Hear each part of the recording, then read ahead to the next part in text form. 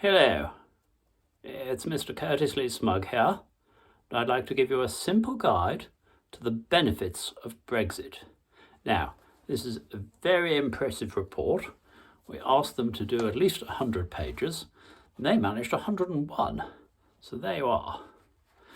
Now, firstly, we've done Brexit, so that's obviously a benefit in itself. Page 8, we've taken away freedom of movement. We've brought in the Turing scheme, page 13, like the old Erasmus scheme, but not as good. But we're committed to achieving competitive advantage outside the EU customs union. That's on page 58. And so, thanks to Brexit, we've been able to check whether those trucks of aid going to Ukraine are valid to be sent. Before Brexit, they would have just sailed straight through, you see. There would have been no way of stopping them.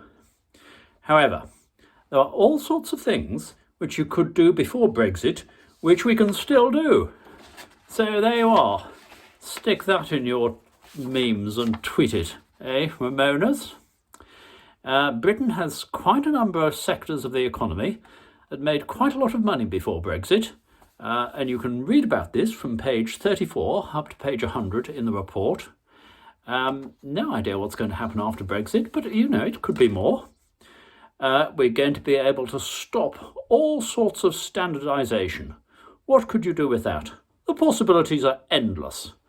I mean, for example, take the USB port that you have in a computer.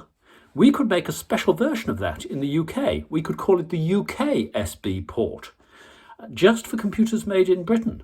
So if you wanted to get a computer with a UK SB port, you'd have to buy one of our computers, you see.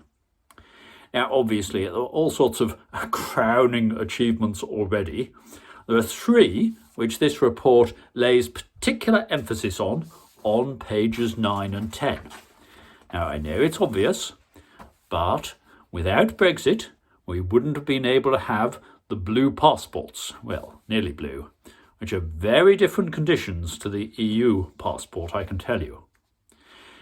We've got imperial weights and measures now, and the crown stamp on pint glasses. So, I suppose that means now you can go down to the pub and you don't have to ask for a litre of beer anymore. You can have a standard British pint.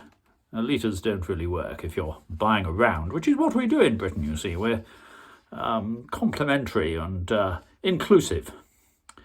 Any financial regulations that the EU bring in, we won't have to follow them. Page 14.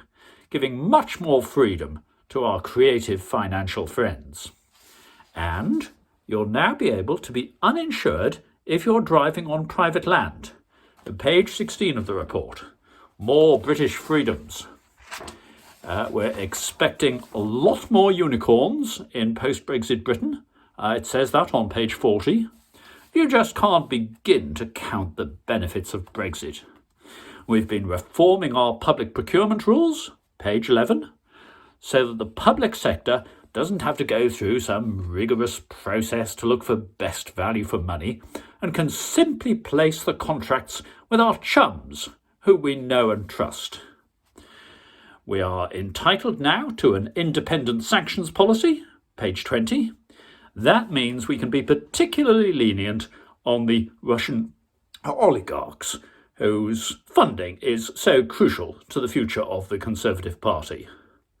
And as long as we resist any call to rejoin the European Union, we can continue to enjoy all of these benefits. I commend this report to you. Thank you.